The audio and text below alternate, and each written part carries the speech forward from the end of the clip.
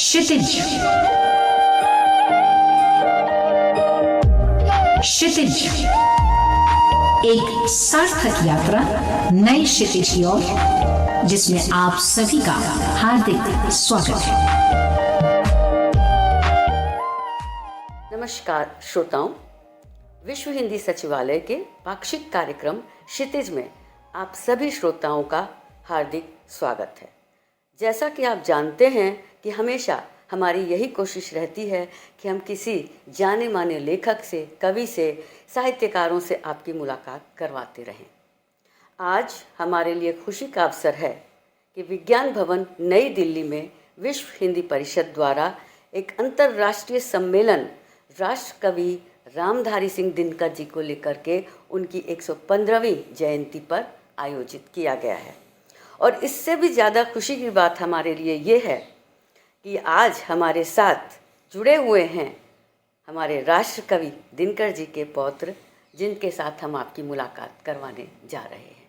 तो चलिए, आपका हार्दिक स्वागत है और हम चाहेंगे कि आप अपना परिचय देते हुए कुछ अपने दादाजी के बारे में हमारे श्रोताओं को बताएं।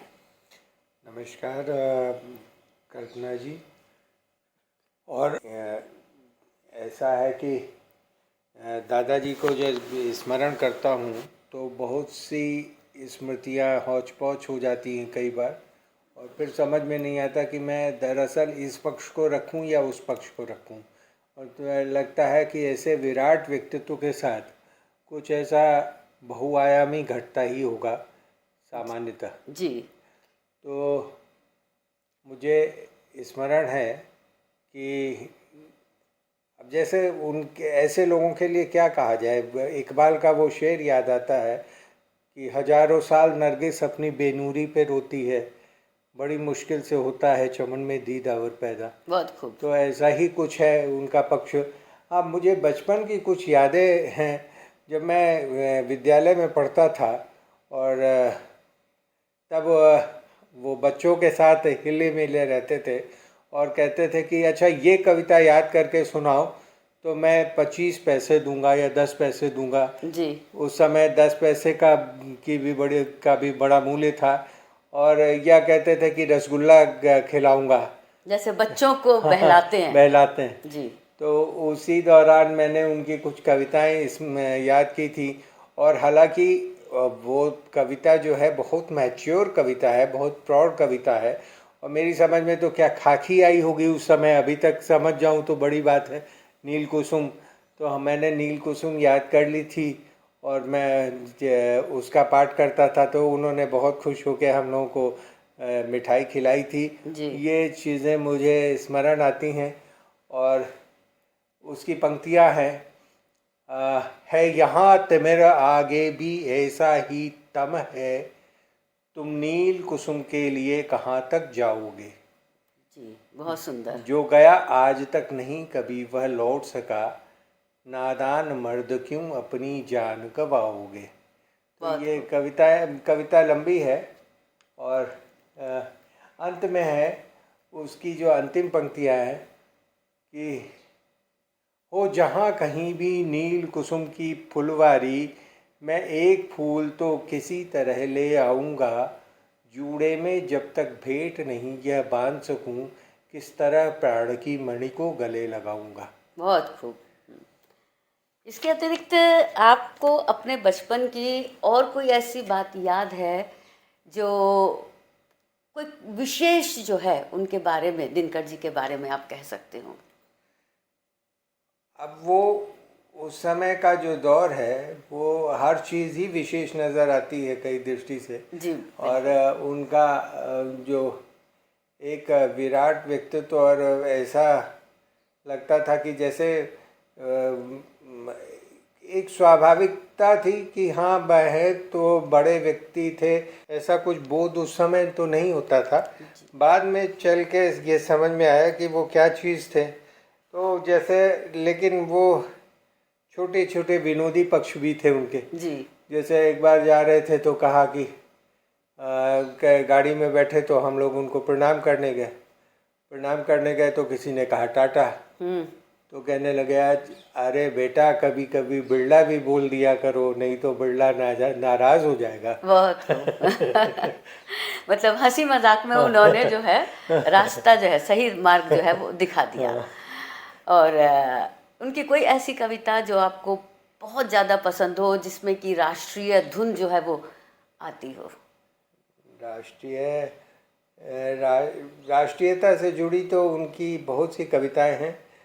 ऐसे उनकी जो विद्रोही और क्रांतिकारी कविताएं हैं वो बिल्कुल विद्रोही, वो उन्हीं की वजह से जो है लोगों के अंदर जोश पैदा होता था। उन्होंने कलम को जो है सिपाही की तरह से इस्तेमाल किया था। जी जी जी। अब जैसे मुझे याद आ रहा है कि वो जनतंत्र का जन्म 1950 में ये कविता लिखी गई जी। और उसमें वो बोलते हैं कि सदियों की ठंडी बुझी राख सुगबुगा उठी, मिट्टी सोने का ताज पहन इठलाती है, दो राह समय के रथ का घर घर नाच सुनो, सिंहासन खाली करूँ की जनता आती है। तो या इसकी अंतिम पंक्ति जो है वो ये है, आरती लिए तू किसे ढूंढता है मूरख, मंदिरों राज प्रसादों में तहखानों में, देवता कहीं सड़कों पर गिट्टी तोड़ रहे, देवता मिलेंगे खेतों में खलिहानों में। बिल्कुल, खेतों और खलिहानों से ही जीवन जो है उस वक्त जुड़ा हुआ था। तो वो अपने शब्दों से जो है अपने मन की बात जी जी दुनिया तक पहुंचा सकते थे, लोगों तक पहुंचा सकते थे। और जीवन की उस वक्त की जो सच्चाई थी, देश परतंत्र था, तो अपने उससे मन से जो है वो ऐसे ऐसे शब्द निकाल करके ऐसी ऐसी कविताएं उन्होंने गढ़ी हैं कि लोग जो हैं जोश से सराबार हो जाते थे। दिल्ली पे 4 कविताएं उनकी हैं जी। और वो एक तरह से व्यंग है। एक कविता तो उसकी है, उसकी चंद पंक्तियां हैं, हो गया एक नेता मैं भी तो बंधु सुनो, हो गया एक नेता मैं भी तो बंधु सुनो, मैं भारत के रेशमी नगर में रहता हूँ, जनता तो चट्टानों का बोझ सहा करती, मैं चांदनियों का बोझ किसी विध सहता हूँ। जी बिल्कुल। अच्छा, आप भी तो एक कवि हैं, एक लेखक हैं, तो हमें बताइए कि आपकी लेखनी जो है वो किस ओर ज़्यादा मुड़ती है? देखिए, ऐसा है कि 1974 में दिनकर जी का निधन हुआ और 1975 के लगभग एक सज्जन मेरे घर आए थे, श्री शारदा प्रसाद सैदपुरी नाम था उनका, भागलपुर के थे जी। तो वो आए और उन्होंने कहा कि कादम्बनी के लिए एक लेख लिखिए। और 10 साल का मैं बालक था, तो मुझे समझ में नहीं आया कि क्या लिख सकता हूँ। तो उन्होंने कुछ टिप्स दिए, कुछ दिशा निर्देश दिए कि इस तरह से, तो मैंने एक लेख लिखा, खाना कैसे खाऊं। अच्छा। और वो जयप्रकाश जी का आंदोलन चल रहा था और उसमें ये था कि दिनकर जी कभी बाबा आते थे पटना, तो माँ ये चाहती थी कि उनको कुछ अच्छा खाना बना के दें, ताकि फिर बाहर चले जाते हैं तो घर का खाना और अच्छा खाना उनको विविध प्रकार का मिले। और जब वो खाने लगे तो वो कहते थे ये सब क्या व्यंजन बनाती हो, क्यों इतना व्यंजन और इस तरह से बनाती हो, मेरा ये सब खाने की इच्छा नहीं होती, क्योंकि ये इतने छात्र जो हैं उन पर इतना अत्याचार हो रहा है और मैं घर में ये खाऊं। जी। तो उसी पे शीर्षक था, खाना कैसे खाऊं। और संस्मरण हुए, उसके बाद मैंने कुछ कहानियाँ लिखी थी जी। और कहानियाँ मैंने छिटपुट लिखी हैं, 2-4-5 लिखी हैं। और ये नहीं कि नहीं लिख सकता, लेकिन मैं थोड़ा प्रमादी हूँ जी। और उस तरह से तत्परता के साथ चीज़ों को अंजाम नहीं दे पाता, समय लेते हैं। और बिल्कुल उसी दौरान मैंने कविताएं भी लिखी। तो बाद में मेरी कविता की एक पुस्तक छपी, नदी जी। और एक अभी जो प्रकाशनाधीन है कविता की किताब, उसका नाम है ठिठक गई बूंदें। ठिठक गई बूंदें जी। कोई एक अपनी कविता सुनाएं। सुना देता हूँ। आपका जो है किस ओर मुड़ाव है? मेरा विविध प्रकार की रचनाएं हैं मेरी जी। जैसे कोई ऐसी कविता जो कि आपको बहुत पसंद हो? अभी याद है नगर वो, अभी याद है डगर वो जी। वो तुलसी के बिरवे, वो मिट्टी की खुशबू, वो बादल का घिरना, वो वर्षा का मटमैली माटी की सड़कों पर पड़ते ही मन को छू लेना, वो ताल वो तलैया, वो मछली की छपछप, वो भौरों का सरगम, नदी का किनारा, वो रेतों का ढेर, वो पुल वो नावें, अचानक अचानक सांझ के पहर में काँप काँप जाना, वो मौसम सुहाना, नहीं है यहाँ कुछ नहीं है, वो गाँव की मस्ती, वो अलहड़ फसाना। लंबी कविता है ये। बहुत सुंदर, बहुत सुंदर। गांव, आपने पूरे गांव को घुमा दिया है आज। हम जो श्रोता जो हैं वो भी अपने गांव में पहुंच गए और उनको भी मिट्टी की सुगंध जो है वो आने लगी है। नहीं, बहुत सुंदर कविता। वैसे आप किस तरीके से दिनकर जी से प्रभावित हुए? आपने उनके साथ जुड़ करके जो कभी कोई कविता लिखी, या उनकी आपकी क्या विशेष यादें हैं जो उनके साथ जुड़ी हुई हैं? देखिए, कविताओं में दिनकर जी एक इतने मौलिक कवि हैं कि उनका प्रभाव लेके बहुत कुछ नहीं लिखा जा सकता है।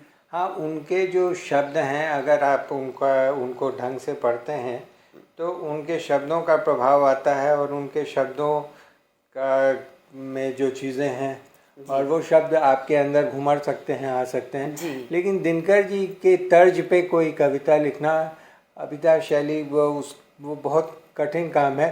कोई बहुत, मेरे ख्याल से एक आध दो कवि होंगे जो उनके तरह से लिख पाते हों या नहीं लिख पाते हों, मेरी नज़र में कोई आया नहीं। उतना जोश जो है होना किसी भी कवि में बहुत समय की बात है, आसान नहीं है। उस जोश से लिखना जिस जोश से वो लिखा करते थे और लोगों को जो है आगे बढ़ने की सीख दिया करते थे। तो उनकी जो लेखनी है, जो कविताएं हैं और जो उनका पूरा साहित्य है, उसमें कोई ऐसी चीज़ जिसने कि आपको प्रभावित किया हो? अब जैसे उनकी बात की जो कुछ रचनाएं हैं, पहले की जो दिनकर जी को सामान्यतः ओज के कवि मानते हैं, आग राग और वैराग्य के कवि। बिल्कुल।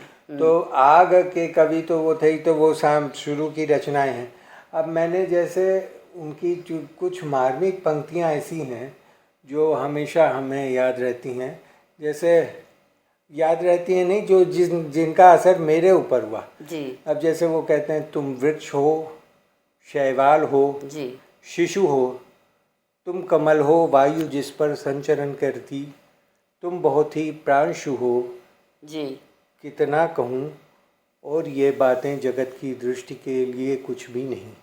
बहुत खूब, बहुत खूब। आज आपने जो है हमारे राष्ट्र कवि रामधारी सिंह दिनकर जी को हमारे सामने, हमारे समक्ष लाकर खड़ा कर दिया। उनकी कविताएं हमें सुनाई, अपने बारे में भी आपने बातचीत की। और श्रोताओं, आज के लिए बस इतना ही। आशा है कि फिर कभी जीवन में मौका मिला तो आपके साथ फिर मिलेंगे, आपके साथ अगला कार्यक्रम अवश्य करेंगे।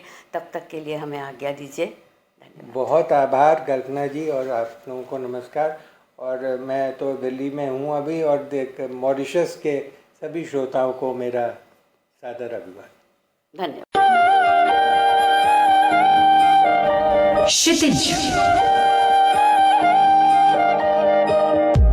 क्षितिज।